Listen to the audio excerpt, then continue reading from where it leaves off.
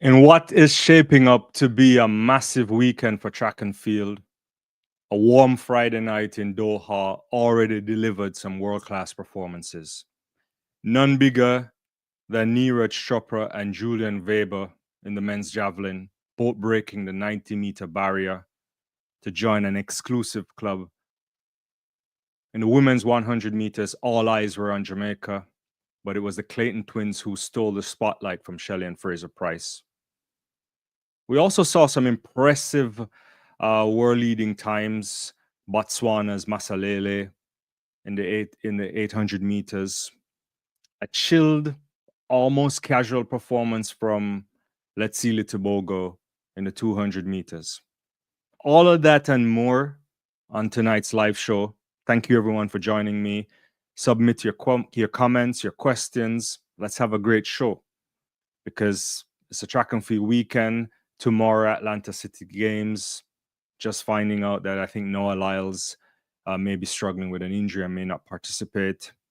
So we'll wait to see for that. And later on in the evening will be that Continental Tour stretching into Sunday morning, depending on what side of the world you are. We'll have the performances from Sha'Carri should open up. We should see Kristen Coleman. We should see Kitaguchi in the javelin. So there's a Continental Tour going on. So lots of stuff happening. Also, bunch of performances happening too at the NCAA level. And if you want to talk about that too, more than happy to talk about everything. But we'll get started. And I want to start off with what was the most probably impressive and dramatic event from today's Diamond League in Doha. And it's the men's javelin. This was a tremendous performance. The 90-meter club welcomed two other members, Neeraj Chopra and Julian Weber. And they delivered a performance for the ages when you think about what happened today. One, it was a stunning moment for Neeraj, changing coaches, now working with the great Jan Zelensky. If you heard about it, when you watched his interview at the end, he was really happy, but also he knew Weber was coming in good shape. But you kind of feel a bit sad for the Olympic champion, the world champion, the Olympic silver medalist, because the moment he finally gets into that exclusive club going 90-23, and you think he was going to walk away with it, Weber unleashes a world-leading performance at the end, going 90.01 in the final round. And he takes it to another level. So I guess all credit should really go to Weber, but you have to give credit to Neeraj Chopra as well, a tremendous athlete and an athlete that will count amongst the greats when all is said and done. And it's an exclusive club and a club that you want many of the medalists, the Olympic medalists, the World Championship medalists. They belong in that club in a sense. And I think it was a stunning performance. Kind of seventh time in history where we got two men going beyond 90 meters in the same competition. So it's not a common thing to happen. And so that was a splendid performance by both of them. I think Weber summed it up perfectly when he said he wasn't sure how it happened. He did mention that in previous weeks it wasn't that good for him, I guess, in training, but he felt really good today, and the conditions were good too. And much of the athletes spoke about the wind as well, in the sense that there was a little bit of a helping hand there. So excellent performance from Weber and also Chopra, and I think that to me summed up the night.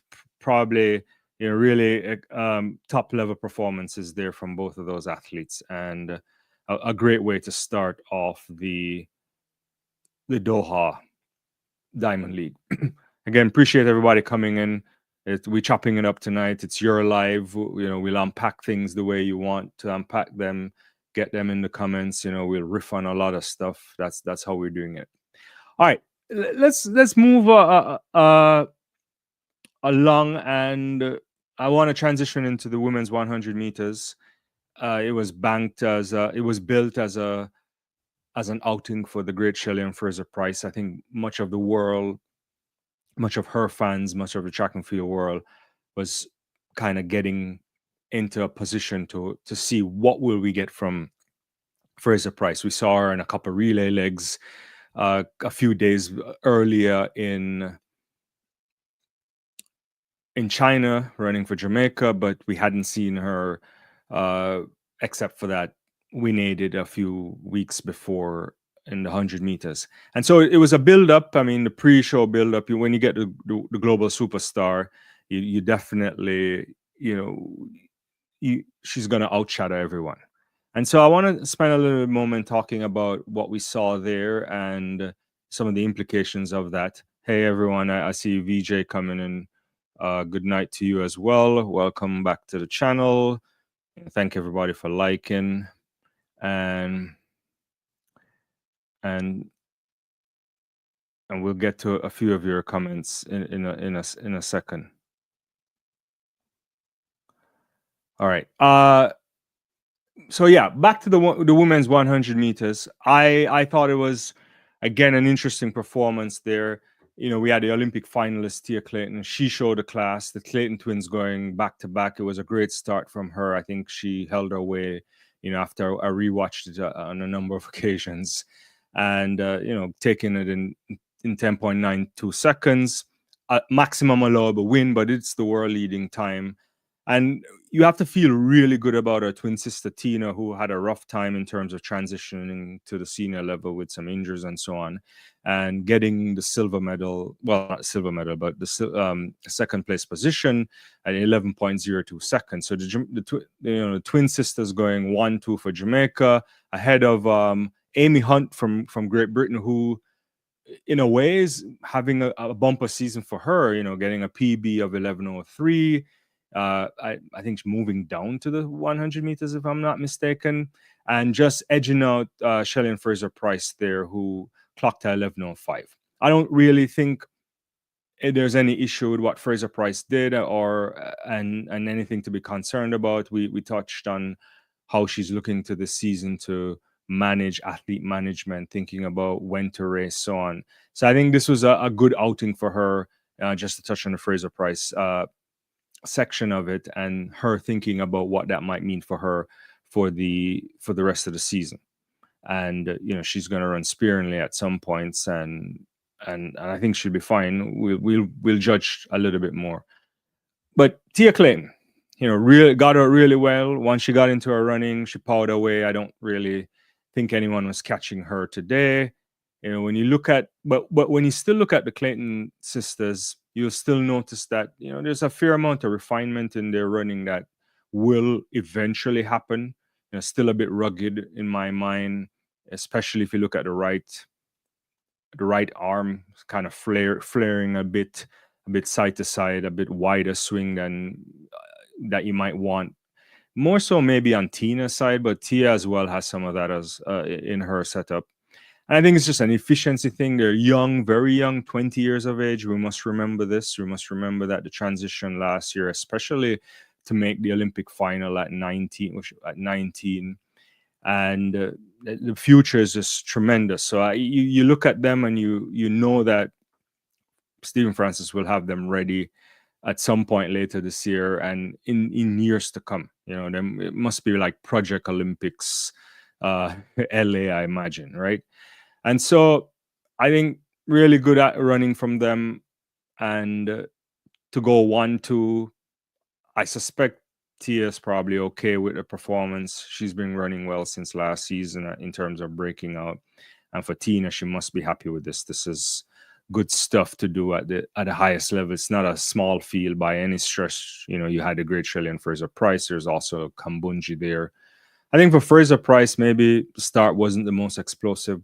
Transition probably a bit quickly into her running, but a lot to do by the time you get around to the Jamaica trials. And I think if there's any kind of athlete you can wait a bit to judge until it gets closer, she might be the athlete to wait on. When I reflected on the race again, the thing that surprised me a bit was Munjinga Kambunji. I don't know what time she got into into Doha. As it stands, some athletes came in late, some came in a couple of days before. I think Masalela came in this morning before he ran at 5 a.m. before he ran the 800 meters. At least that was what he was saying in the post-race interviews. But finishing down the track for Kambunji, and I didn't get a chance to see any kind of interview with her. She didn't look hurt, at least not visibly. And so that's definitely unexpected to see her finishing way down the track, an athlete of her caliber. But outside of that, I think it's, everything is good. Let me get back to some of these comments here before I move on, and appreciate everyone chiming in. Don't forget to chime in. Kenneth Ritchie saying, I guess you meant Johan, which is spelled with a Y, was the beast is turning out to be. I mean, I don't know how we can assess Johan Blake. He's been around for a long time. I think his high has been gone, and I think he's also just trying to end the season. I don't know what to think about Johan. Some people think he should retire. I never really. It's hard to tell athletes when to go. They have to make that decision for themselves. The only kind of framework I usually think about, and I think some athletes think about this, is think about the moment. Think about when you were at your peak, at your high. Can some of these athletes even carry the shoes that you wore, right? And that means at some point you might have to think about, should I call it quits? Because a lot of people are beating you, and they quite possibly will never get up to the times that you managed to accomplish. But I suspect this may be his last season. Who knows? But I feel we shouldn't really. I'm not sure I appreciate the labeling of him in that kind of context. I think he's still wanting to run, and it's hard to tell people when to stop. So that's how I would look at it. VJ saying, at this point, I'm not really concerned where Shelly places. This is just a bonus run for her. I tend to agree. I think you make some good points here. I think the most important thing is that I think she's testing herself just to see where where the body is. A fair amount of running and travel sequence in a relatively short space of time. Do a couple backstretch runs there, back to back for Jamaica, and here in Doha, obviously should have flown in great conditions. And I go back to when I was doing the pre-light, when we were talking before the race this morning, and if you really spend time listening to her 15-minute interview with the organizers for the meet, you get a sense that she knows where she is. She understands what is required from her to be successful this season, and they're implementing that. And she'll test her body, she'll check it, she'll do everything possible to be fit and ready. She's also appreciative of a late World Championship year. She did say that. And also a September where the World Championships will pretty much close out the season, so you don't have to think twice about other meetings and managing time and schedule there.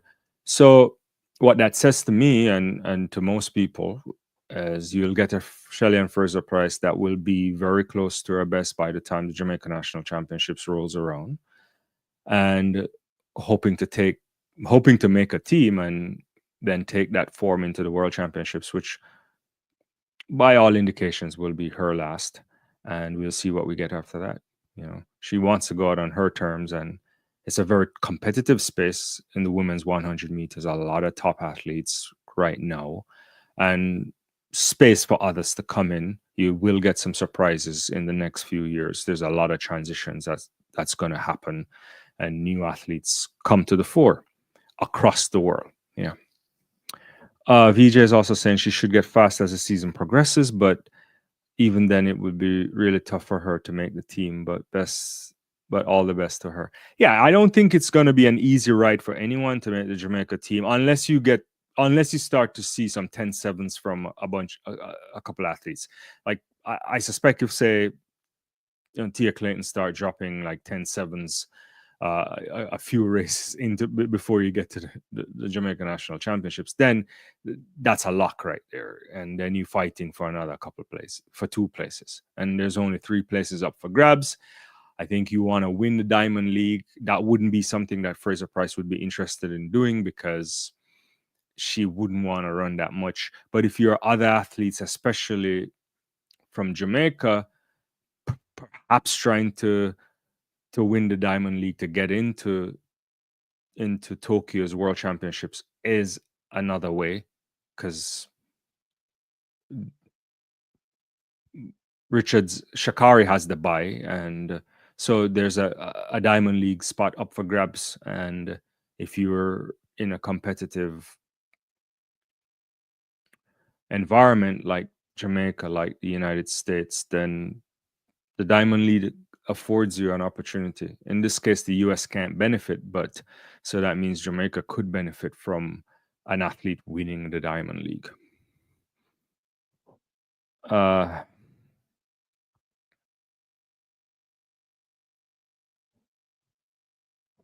Where am I? Chris, what's up, Chris? How are you doing down there in Australia? Wooden veterans are master suit Shelly better. I don't think she's at that stage yet. I don't think she's anywhere close to that stage. I think she's gonna go sub 11 soon. I mean, not in the slightest. Yeah. Years for that. What is this? Yes, and she's a lot more vocal this season when compared to last year, which I think is a good sign. Yeah, last year and the year before, she had injuries, right? Fraser-Pryce struggled with some knee stuff, and it derailed her preparation in interesting ways. And so it seems as if she's fine. Yeah.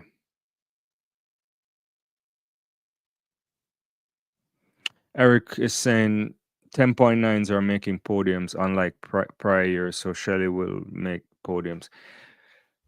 I don't. It's possible, but I think it might be hard with a 10.9 this year. But we'll have to wait and see. It might be hard. I suspect.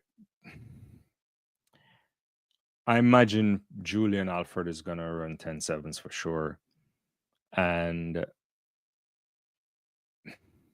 there will be a few athletes. So it might be difficult. 10.9 can make a podium in the sense of the race, but you don't, that type of shape, I don't think is a podium guarantee, right? So often talk about where your preparation level and the types of times you might be able to run, and then the types of times you eventually run given the conditions and the circumstances of the night. I think if you want to make that podium, you want to think about being in a low 10.8 shape and going into the 10.7 regions. Not many can do that, but if you can get your body in that kind of shape, then you would hope that you'd be able to do that. Yeah. So, yeah. I guess VJ is responding to Chris, which veterans you see running 11 seconds. Yeah. Right. So cool stuff. Yeah. So that's the javelin, that's the 200, the 100 meters. I want to transition and talk about Letsile Tebogo. He wins the 200 meters. He could have paid for it with his showmanship. And I'm never really critical of Letsile because I like his style. I like how he is trying to create personality in the sport. I'm not sure I enjoyed the way he looked across today over at Courtney Lindsay in lane 8. And it's not the first time we see Letsile shut it down and look across. He's been doing this since the junior level. But at the moment he did it, I wasn't quite sure if he was fully in command of the race to do it that way. And in a way, he slowed down. He lost a little bit of time. He barely won it by 0.01 seconds, I believe. So it's pretty close in the end. He didn't really run much. And we know he's at his best, he's going to run 19.4s or even better coming into the season. He opened up a little bit after the race, saying he just wanted to be injury free. He didn't want to do much. The time is not an issue for him.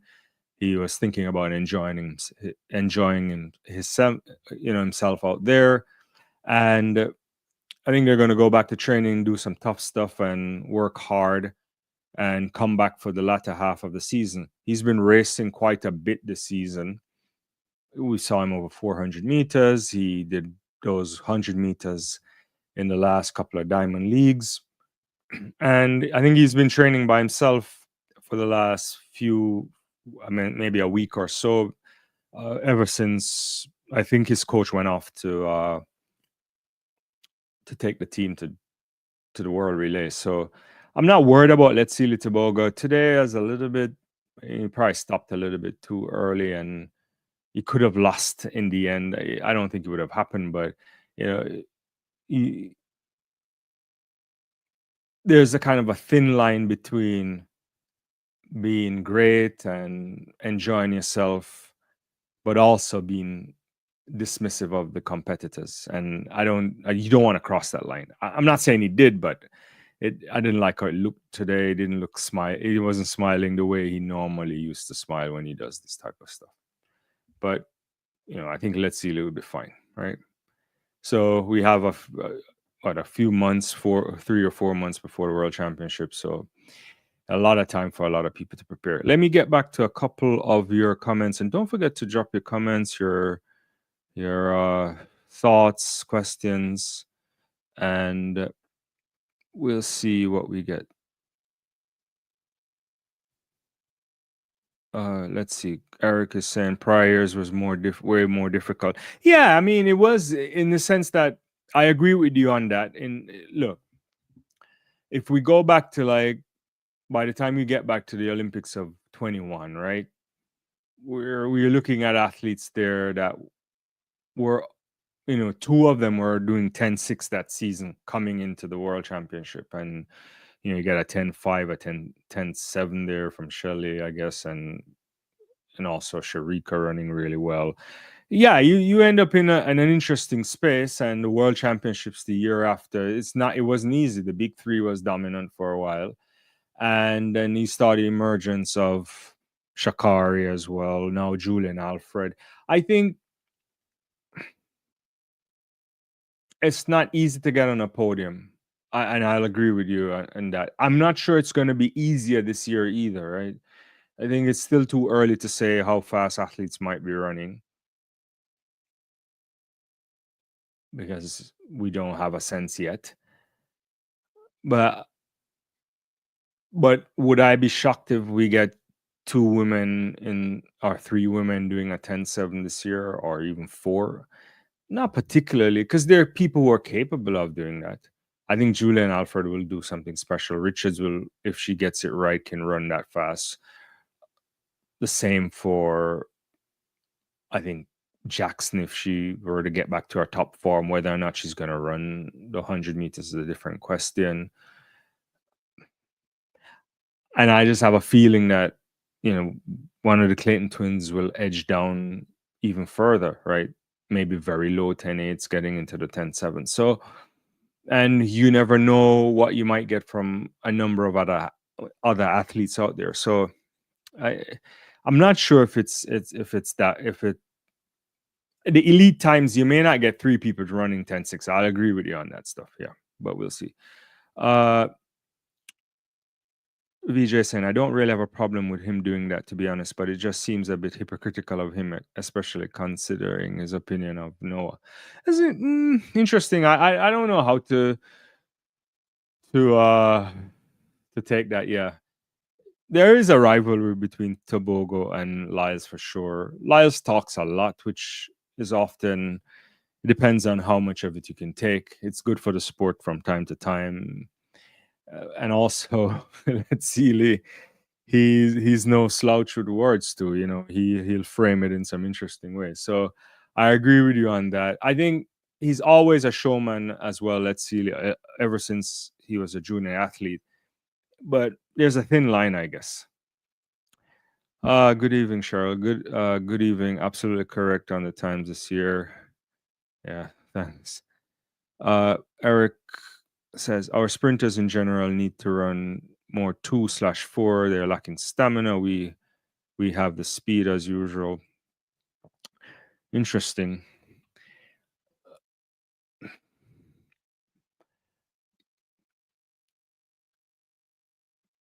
You There's a lot of athletes I would love to see do the 2/4 out out of just doing it as an event. I'd like to see Letsile Tebogo doing a 200 400. I would love to see athletes like Akeem Blake or Bleak Seville go for that as well. The 1-2 rather in that case. Doubling, I think, is always good. It's better when you're younger too, especially if your body is less likely to break down and the recovery is often easier. But you have to convince people. So there's no real, from what I understand, and people may have varying opinions on this. It's not necessary. It's not necessary that you have to do doubles to be super great. The same, there's things you can do in training that will get you to maximize your potential. Right? Not all great athletes have to double, right? We've seen this over years. Every now and again, you'll get a great athlete doubling in multiple events. You think about Murray Screen, he ran a 200 from time to time. Donovan Bailey probably a one or two times. You don't have to do it, right? Asafa Powell was never a 200-meter guy, but could he have done it? I think so. It's just the work now that's required to get to that level, right? And I think oftentimes, in general, if you can find a solution to get people to even want to do the 400 meters, then be my guest across the board. A lot of people just hate that event. Some people even think about, as you get to the very elite level, that they feel there's the respect or the money that you can command isn't as much as if you're a 100-meter sprinter, right? I think that's part of the reason why you see the likes of a Fred Curley moving down, and perhaps even Jackson and the like. I don't have real evidence for that, but that's a chatter a lot. You command a different level of money if you're a superstar in 100-meter in terms of appearance fee, than if you're in the 400 meters. Yeah. So Belmas, you're back on. You guys heard Sharika running the 400 meters tomorrow. Where is she running this? I haven't been following all the circles. So yeah. Eric says 200 sprinters will rule the space. They don't have to double, but most have 200-meter work in their background. Yeah, I don't know if I understand. Oh, you mean if they do the 1-2? Okay, yeah, okay, yeah. All right, so that was some good stuff. I'll get back to some more of the performances from today, and I like what I saw from NASA. If we quickly can do the 400 meters, women, NASA, what was it, 49.84. I believe she equaled the meet record. She looked comfortable. Didn't run as hard as we anticipated or we're used to seeing, but very comfortable. Won by a country mile, won by more than a second there ahead of the Polish athlete and Klaver and Sade Williams and so on. NASA's been having a tremendous season in terms of the times, already with a world lead, a sub 49-second world lead. Ran well in the Grand Slam. Paulina obviously came back and is doing extremely well as well. So, Mike, I don't know how much running NASA will continue to do, but you would think you want to maybe spend some time going back to training, then coming back out later on. Because to be running these times consistently all the way back until September, that could be a challenge. But she looks comfortable. She looks good. I don't really have any issues with her, and with the way she's running right now. We'll see. Let me get back to some comments, and then I'll get back to some other events. Eric is saying Lies is not faster than Kashane, but he edges him out on stamina. I don't know if it's stamina. To be honest with you, I think it's race execution there. I think I know what you're saying, though. I get what you're saying. I think there's I I suspect, given like the two races that we could judge from, and even the one that we just saw recently from Akini when he lost to Sambini, which is a hard race to judge because it's a really opening race. I think Kishane probably struggles with with keep will maintaining, will actually will with slowing down the deceleration, right?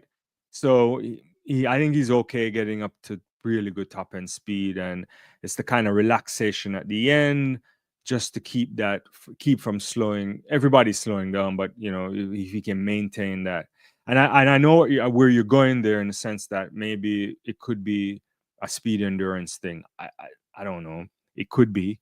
It it could also be a mental thing, to a relaxation, a race preparation thing. And then sometimes he's pulling for the line, but you also see him losing like sprint mechanics form late in the race, and he's kind of axing for the line. He's breaking down, and that's the part of the race. Once you get up out there, you have to just maintain and be as relaxed as possible. So I don't know.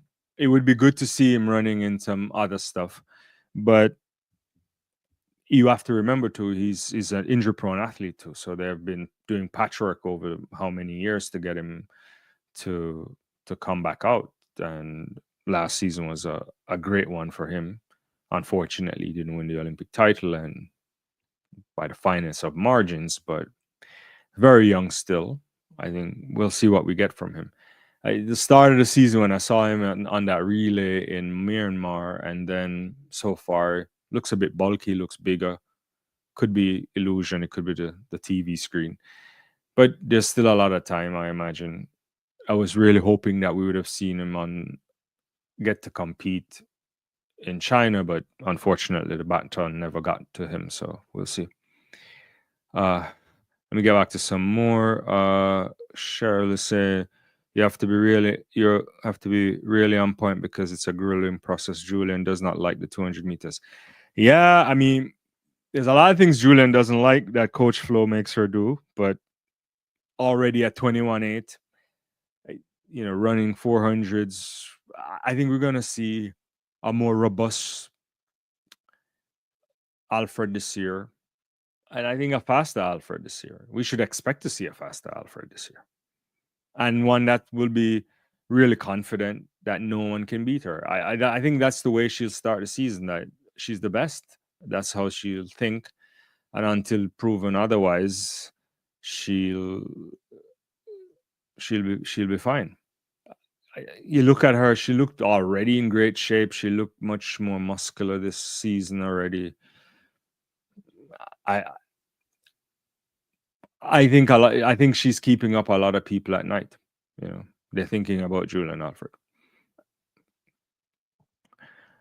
VJ, apparently Noah has pulled out of the Atlanta City Games. Yes, I saw that. I heard he suffered some kind of an injury. What type of injury, I didn't get a chance to investigate. I don't know if anybody knows. Unfortunate. Would have loved to see him compete. I think Grant Holloway wouldn't be there as well because he had pulled out of a meeting recently. He pulled out of the Shanghai Diamond League. And then Grant had said he was struggling with some injury at the start of the season.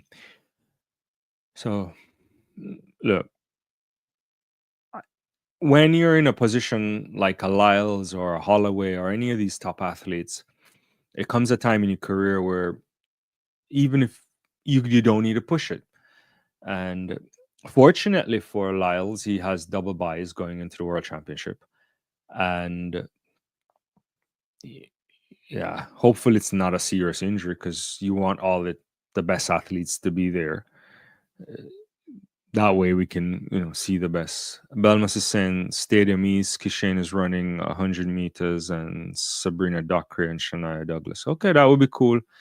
Hopefully I can get a stream to watch that if it's like one of those meets there. Yeah. Eric says Shelly led today and then fade. I mean, it's a tough race for her today, but I think she's fine. We'll see. I think there's things they'll know to work on.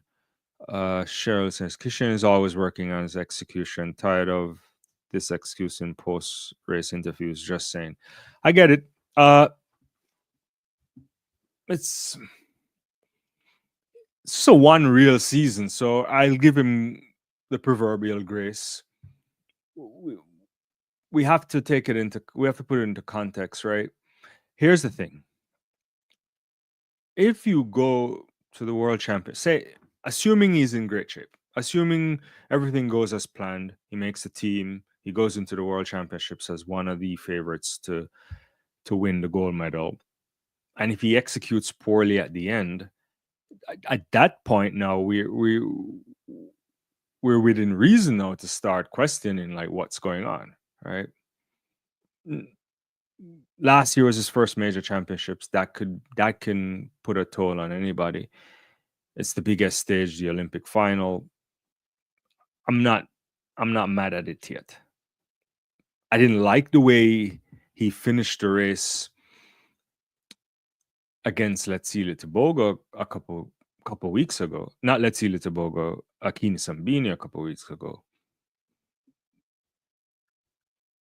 But I'd rather that happen in a Diamond League or a Continental Tour than when you get to the World Championship. So we'll wait to see. Howdy to you, Objectivity. Good to have you back on the channel.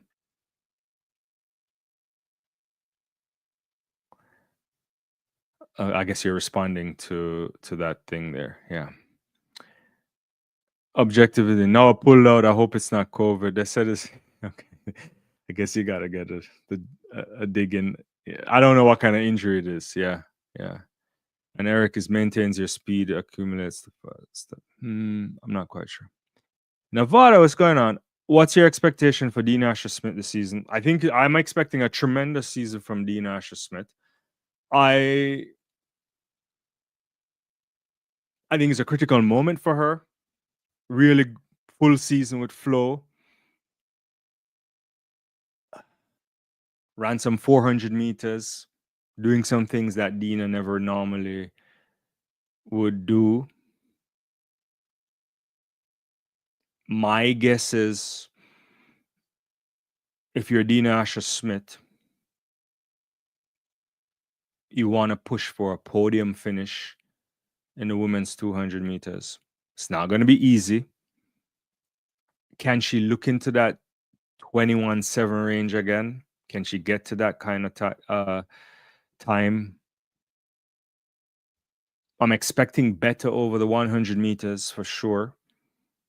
I'm looking for a faster Dean Asher-Smith, one that's a bit more sturdy than before. Hopefully she doesn't pick up any injuries.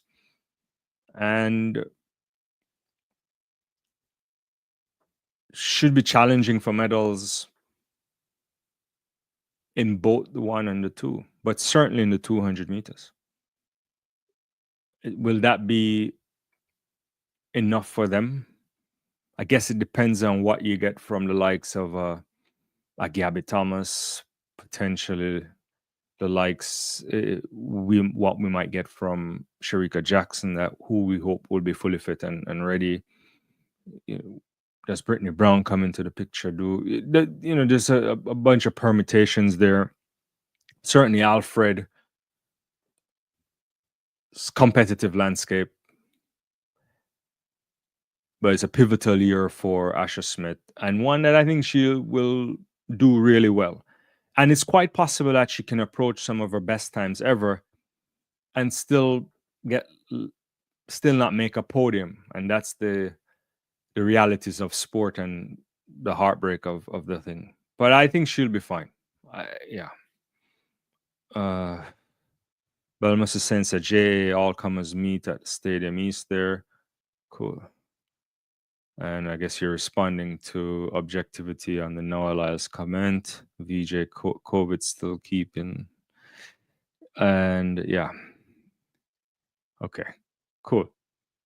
All right. Appreciate everybody on the live so far. Let's transition quickly, talk about 110-meter hurdles. There's not much to recap there. A broad bell in the end, taking it in a time of 13.14 seconds. I think he was happy with that. Roberts looked the best coming out. I think Daniel Roberts will be the first to tell you that he's having some challenges with his trail leg. He has to fix that. But he knows that.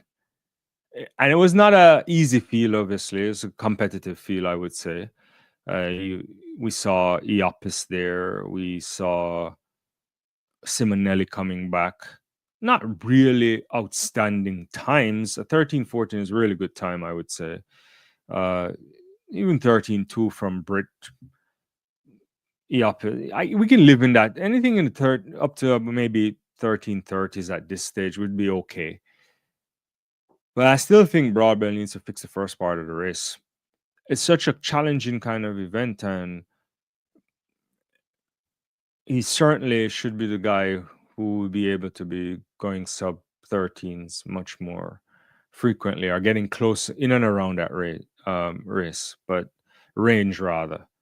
But yeah, it was a good race. I was rewatching it again, and there's not much to really talk about there. I think they'll be fine with it. All right, let me get back to some more of these comments. VJ says excited for the 100-meter hurdles in Atlanta. Oh yeah, that's going to be fire.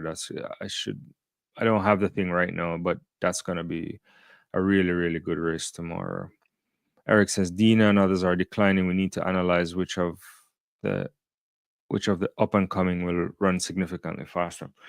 Yeah, I mean, you get to an age. I think Dina still has a shot. I don't know.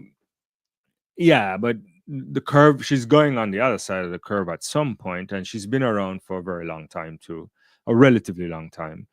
It doesn't mean she can't still do some good work there.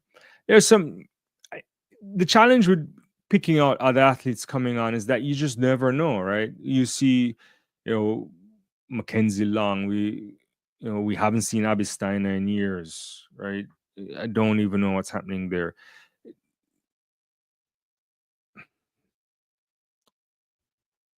What we have to do is to wait to see them perform.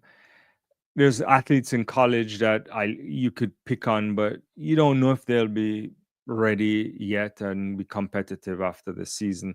Certainly, it should give them a better chance this year because there's the end of the collegiate season, a time for resting, and they could come back. They might be fine. I don't know. Yeah. Objectivity says the thing about hurdles is mostly about the hurdles on the day. Look, both 100-meter hurdles, I think that's the most competitive race in all of track and field. 110-meter hurdles too, really high class, really top class people there. So it's not an easy place. Yeah.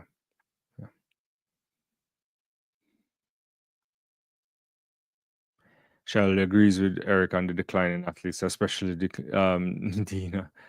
Yeah, I don't disagree that she's on the other side. I think there's one more shot in her though, and I think we're underestimating the coaching change with Coach Flo having a full season. Doesn't mean I think she could still get some PBs, and that doesn't mean she'll make the podium on anything. I'll be clear on that. Hi Debbie, hopefully you're well. Everybody, and I guess you're saying hi to everyone as well. All right. Let's talk a little bit about men's 800 meters. Because that came back up. And I'll run, I don't know how much more I'll do Doha. I want to talk about a couple other things. I want to talk about Grand Slam track again. I know we touched on it briefly today, but maybe spend a little bit more time talking through some of that stuff. The men's 800 meters, that was a stunner today. And then to believe that the guy only flew in in the morning. It's just kind of a shocking kind of a revelation there. But we're at a space where I'm wondering about middle distance running now in Botswana. They're looking good. If we have to be honest, Masalela ran really well today. He's been around for a little bit. He made finals in Budapest. I think he came 6th or 7th in Budapest, and he was also in the Olympic final last year. So he's moving up. I think he's moving up.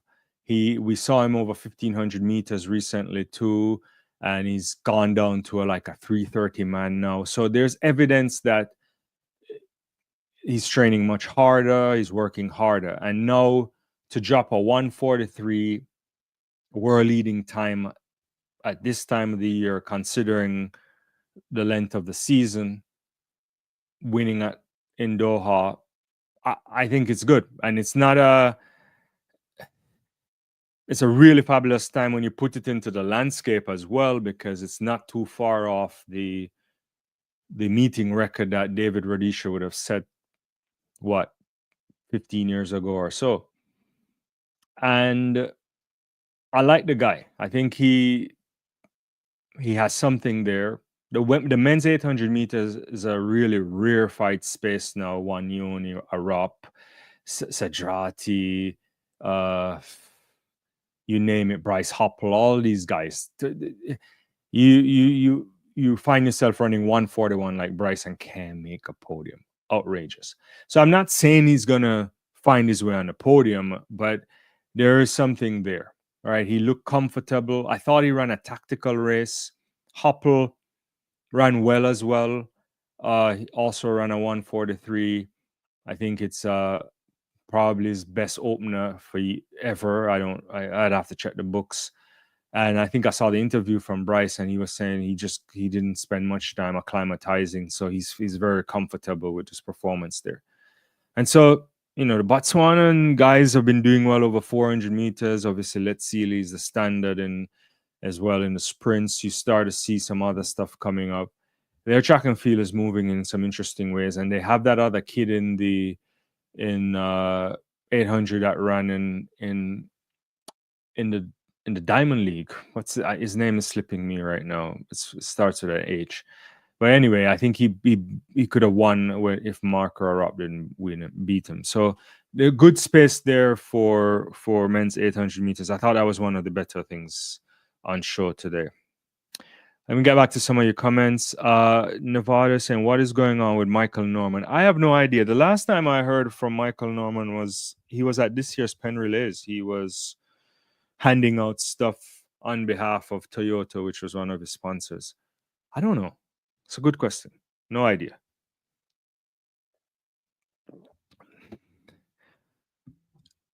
I probably shouldn't say it. I don't know how much in love with the sport he is, right? You have to have a fundamental. I can't say that. I don't know. I have no idea. Yeah, hopefully he's back. I mean, he had done that bizarre thing a few years ago when he switched from the 400 meters and he came back down, moved coaches. Super talented. Still remember that classic 400 meters with him and Fred Curley some years back. I think he still has a lot to give in the sport. Hopefully we get to see him. Debbie saying Turbo Twins better be ready for the next time, as if Shelly-Ann Fraser-Pryce don't like to lose. She certainly doesn't. I don't know if she'd be worried about it. I mean, you could see it on her face too. When you're not used to losing, it's an interesting thing. I like the Twins. I mean, it's good. What that indicates is, and we've never questioned this on the Jamaica side for the women, there's never been a moment where you really worry about the turnover of talent. It's always been there. You can go back to, I don't want to go back to the 60s because I'll forget names, but if you think about even the 70s and 80s, there, the ending parts of that, you're getting your Merlins, your Grace Jackson, your Gillette Cuthberts coming through, and interspersed with a bunch of other women, Bev, Dela Duhaney, all these different people, right? And you move into different eras, golden eras with VCB and Fraser-Pryce. There's always women there, and then women also stepping up to do big stuff. Some Karen Stewart, Sierra Sharon Simpsons, you name it. I don't want to forget names, but there's never been a case where you sit back and you're like, it's not coming through. And I think there's a level of excitement around, or you should have around, some of the athletes that are there. Your Alana Reeds, your even Brianna Williams still, and I'm hoping that John Smith will deliver some. He will see this as a real project and do something special to get her up there. The Clayton twins, Brianna Liston, who I hope is not struggling with injuries for too long, and there is talent all the time. And you go back to the high school championships and you see what's happening there. Now, there's always question about how world-class the talent can become. There's enough for world-class talent. I believe there's a question about, can you get all-time great talent? And maybe that might be difficult. Yeah. Let's see where we are. But I'm with you. I think Fraser-Pryce testing stuff out. But I think she's on a farewell ride, and it's all good. And I said it early, and I'll continue to say that. I think it's imperative for young athletes, up and coming, those who haven't achieved anything yet, that they really need to step up in ways to find themselves on teams and to carve out their own careers.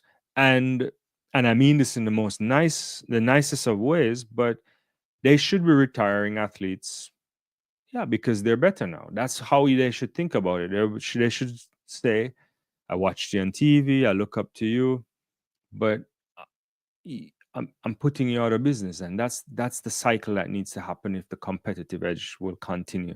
It shouldn't be like making teams because it's easy, right?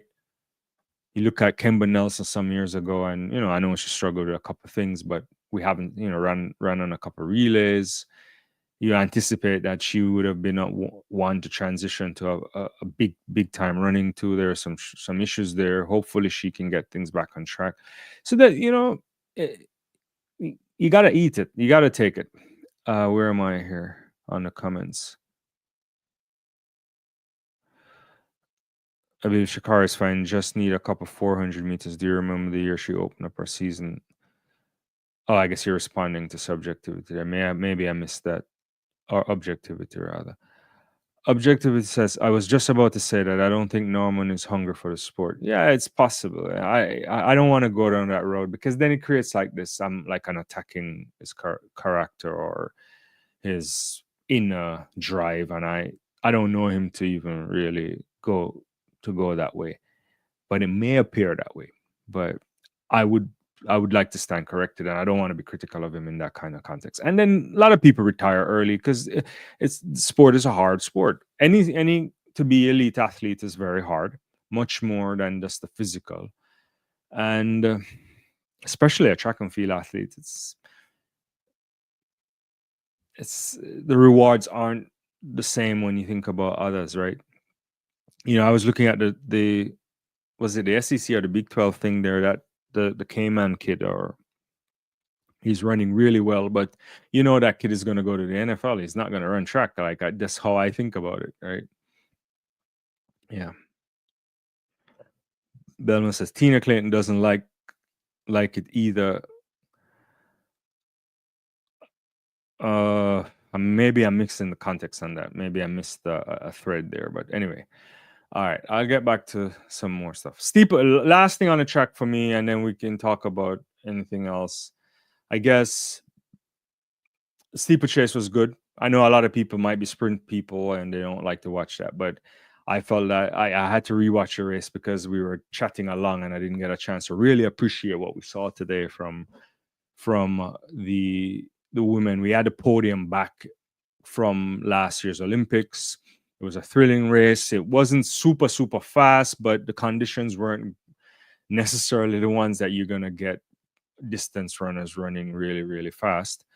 It was a warm night in Doha. Yavi was there. They had Chemutai and Faith Chiritich, who ends up winning this 20 years of age. So you're coming into this, you had people who were like in the top 10 in their ranking. And in the end, I thought that, the way in which the youngster just took out Yavi, who is really good, maybe on the final clearance of the hurdle as I was watching that one, probably stumbled a little bit. I don't know what happened to Chamatai. She disappeared in the end. But women's 3,000 steeplechase is in a special place. I believe the world record might go this year. Last year was very close to breaking that world record, and it could probably happen this year. We'll have to wait and see. So that Beatrice chip coach world record of what is it, a 44 and change, I think, is that could go. Yeah. The night was also good. We saw some decent stuff in the field as well. We talked about obviously the javelin, which I thought was a standout performance of the entire meet. But Matt Denny there in the discus, there, good competition. There was Daniel Starr, Kristen Che was there as well. Not quite sure what's happening to Frederick Dakers, finishing down, I think 6th or 7th. I can't remember, but I'd have to put the results back up. But hopefully, he'll get back to where he needs to be. Pole vault was decent too. Molly Carter there doing her best, 475. Still early season. I don't think those things are a problem, right? So, good stuff all around there. Yeah. So that was 475. Katie Moon was there too. Sandy Morris. So it's a packed field. All right, so those are the some of the highlights. We'll get some more track and field this weekend, obviously, and then we'll see another Diamond League next week. So we'll start to see a lot more performances. All right, I'm gonna go back to. Actually, I don't know if my producer can find the Grand Slam track tweet that they put up on their social media feed about the changes to the Grand Slam track in Philadelphia. So the next one is in Franklin Field, at the historic Franklin Field, America's oldest college stadium for football, and I've seen a lot of interesting stuff. I think I've done like a million videos on Franklin Field. I like the stadium too in terms of its old, just the character of the stadium, but it probably needs to go and they probably won't make it go anyway. So Grand Slam track announced that they're shifting from a 3-day to a 2-day format, right? They announced that. They did it in a way that seemed on brand, interesting messaging. They said 2 days, a thrill, no filler, more racing, better pacing for fans and athletes. Right. So this is it here. And by so doing too, you might look at this 3,000 meters, the 5,000 meters is gone, I think. And so they make some shifts in terms of how they're organizing the thing. And they've gotten a lot of criticism on the 3-day format. There's some fans complaining, I think. But as I mentioned earlier today, I had initially criticized a 3-day format. Not that I wouldn't want to see 3 days of exciting track and field, or track in this case, because there's no field. It's because there's just not enough events for you to carve out that time. And I'm still upset about the fact that they'll start a broadcast at 3 p.m. and the first event is at 3:42. So there's like 42 minutes of chatting. And I will give it to them that maybe they're trying to appeal to fans who are casual observers, fans who only tune in during the Olympic years, and they're trying to grow the sport. And whatever it takes to grow the sport, I'm always on board. I'm not upset about it.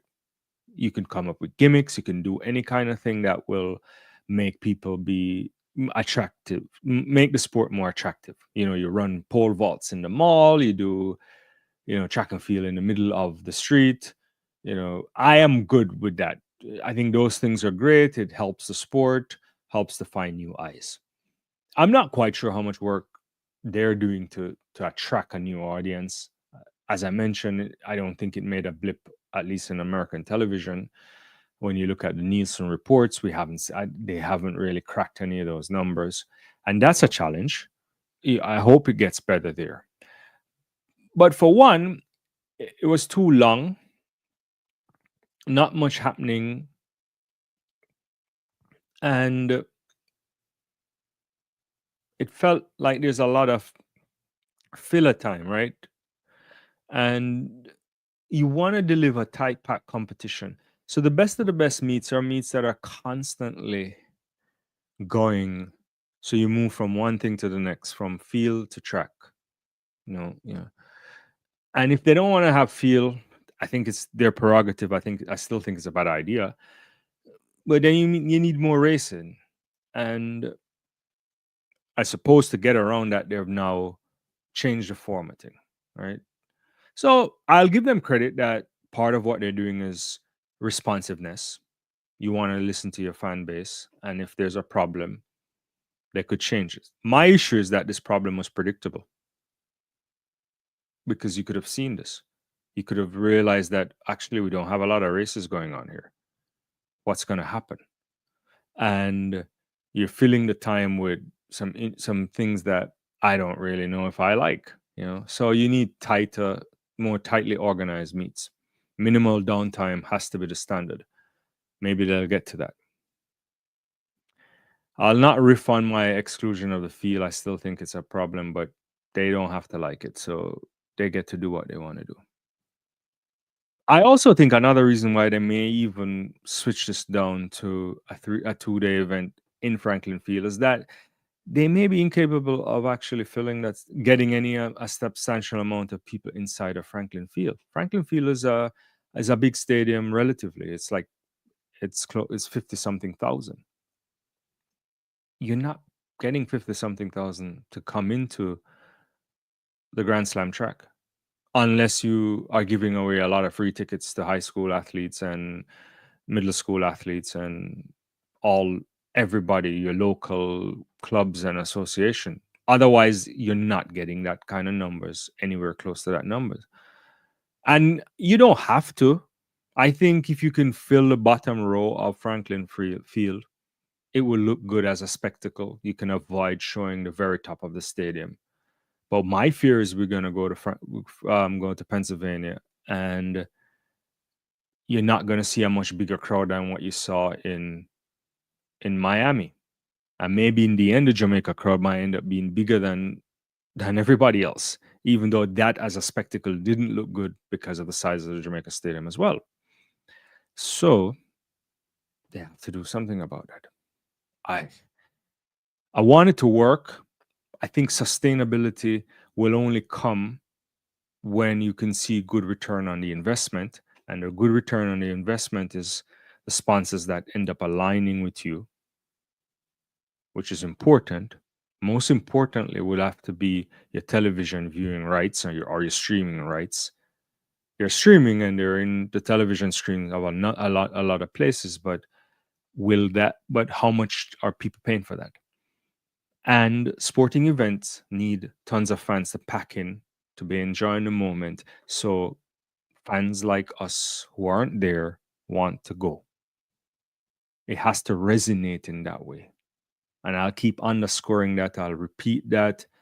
I'm pushing this forward because without that, it won't work.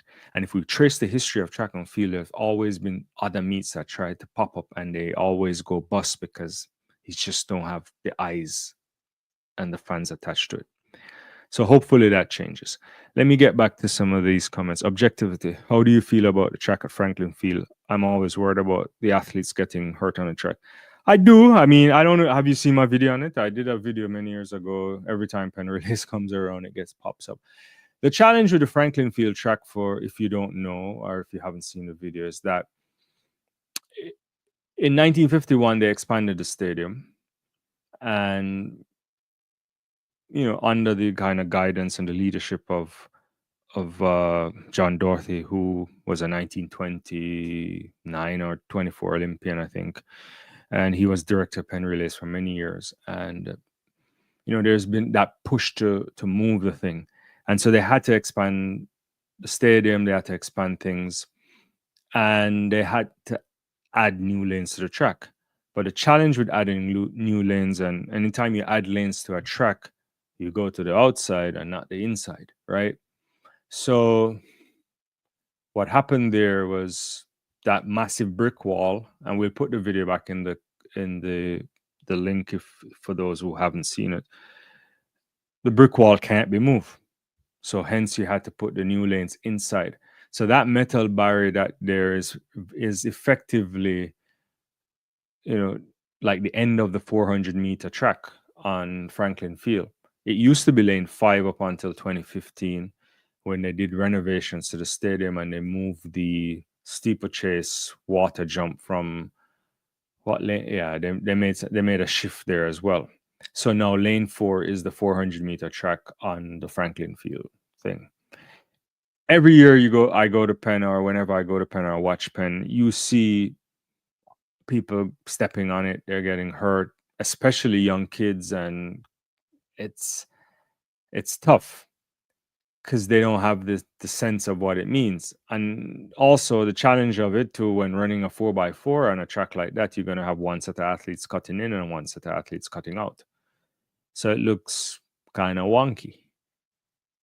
It's the marvel of the Franklin Field track. It won't change unless they were to tear down Franklin Field and redo it. Could they do that? They can. It's the University of Pennsylvania. They have a lot of money. They could get the donors if they want, but they won't. I don't think they will. And so the onus is up on coaches and management teams of youngsters to explain to them that this is a kind of wild track and you have to be very careful how you navigate the space. And I suspect they do, but when you're on the track, it's a different thing. Yeah. Especially at a tender age like that. So I don't think it's going to change anytime soon. The renovations they did to Franklin Field was an upgrade in 2015, new track, new layout, and all that stuff. You have to get that, unless they're going to remove the football field, which they won't. The only other way to get a standard track that will have the lane if you can, they can't get an 8-lane track without, or in this case that 9-lane track, you can't get it without moving that brick wall, and that's not going to happen. Eric says the beauty of Tia turning on the afterburners, I guess you mean gaining 2 meters between the 50 and 60 miles, slightly rocking from side to side. Yeah. No, I think there's a lot of upside to them, to the Clayton twins. I like them. I think they'll be fine. Yeah. All right. So yeah, a couple other things I think I wanted to touch on. Maybe most of you know this already, but we saw a doping suspension or for suspected testosterone. I touched on it earlier today from Bekromanchuk from Ukraine. This is a 2-time world championship medalist, both triple jump and also long jump. And she's been provisionally suspended for suspected testosterone use. So the AIU Athletics Integrity Unit rather put that out yesterday. I'm a bit disturbed by that. Such a figure in the sport. Hopefully, I don't know what to hope for. We'll wait to see how those proceedings go out. She hadn't competed for a very long time, not since Paris. I don't think we saw her, and was supposed to compete in Doha, and had to scratch from the meet. And we also saw the ban for 3 years from Nehemiah Kipyegon from Kenya. And he joins a growing list of Kenyan road runners who are facing doping bans, which is really not good for the sport in general. And this is a guy who was the winner of the Munich Marathon only a few years back. And now he's banned for 3 years. He admitted to using banned substances. And so, yeah, never a good time in the sport when athletes still violate the integrity of the sport.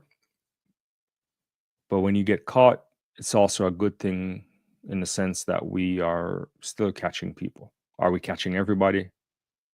Not in the slightest.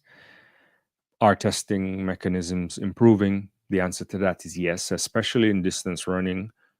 And it's going to improve even more so now as they're trialing the sprint passports that they're doing for sprinters now. And hopefully those measures will continue to make sure that sport is as clean as you can. I will admit that when you look across the landscape of doping and sport in general, and the use of performance enhancing stuff, I think track and field, while we know a lot about it, I don't think it's the most egregious sport. I think there are other sports as well. I think track and field is just much more stringent when it comes to that kind of stuff. Yeah. So we'll see. All right. Cool.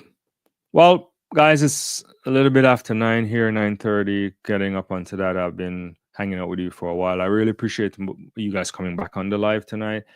I will try to do a watch along tomorrow for the Atlanta City game. So I'll be back tomorrow. Hopefully we can watch along. Maybe we can do another chop up afterwards. And then Sunday, probably Sunday evening, we'll do a cool live again after all is said and done for the weekend. But it's been my pleasure. Thank you for joining me. Don't forget to like the video, subscribe if you haven't.